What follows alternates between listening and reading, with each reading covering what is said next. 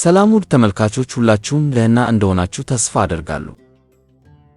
ወደ ሌላ ቪዲዮ እንኳን በደህና መጡ። የኩሩሉሽ ኦርሃን ሌላ ድንቅ ክፍል ተለቋል። የፊልም ማስታወቂያውን ከተመለከቱ በኋላ ኦርሃን ቤይ መሆኑ ተረጋግጧል። አሶርሴን ደህንነቱ በተጠበቀ ሁኔታ ማዳን ችለዋል። ታዲያ ይህንን ክፍል ከ10 እንዴት ደረጃ ተሰጡት ነበር? እባክዎን በአስተያየቶቹ ውስጥ ያሳውቁኝ። በፊልሙ ላይ እንደሚታየው መጊት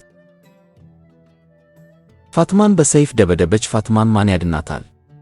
እንዲሁም ደሚርሃን ጎን ለጎን ቀይሬ ሻሂንሻህን ብቻዬን ቀረው። በዚህ ሁኔታ የሚቀጥለው ክፍል ይኖረናል። የሻሂንሻህ የመጨረሻ ሰው መሆን። ከዚህም በተጨማሪ አንዳንድ መረጃዎችን እንሰጥዎታለን። በእውነት ያበሳጭሃል። ስለዚህ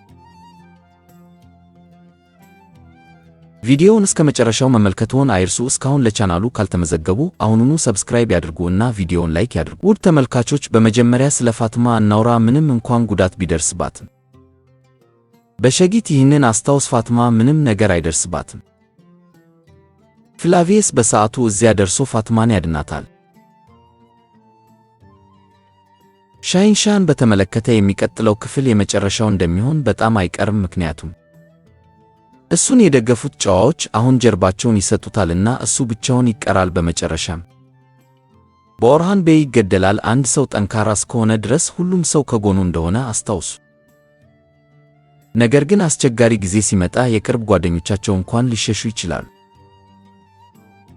ሻሂንሻህ የሚደርስበት ነገር ይህ ነው። አሁን ተመልካቾችን በጣም ስለሚያሳዝነው ገጸ ባህሪ ይነጋገር። ዱርሰን እንደ አለመታደል ሆኑ። ዱርሱም በቅርቡ ሰማዕት እንደሚሆን እርግጠኛ ነው። በታሪክ መሠረት ደሚርሃን ከኦርሃን ጎን በመቆሙ የራሱን ወንድም ገደለ። ደሚር ይህንን እውነት ሲማር ዱርሱንን ይገድለዋል። እንዲሁም ከሃሊሜ ጋር ያለው ጋብቻ አይፈጸምም።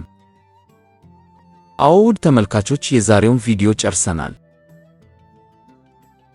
በሚቀጥለው ቪዲዮ እንገናኝ። እግዚአብሔር ይጠብቅህ።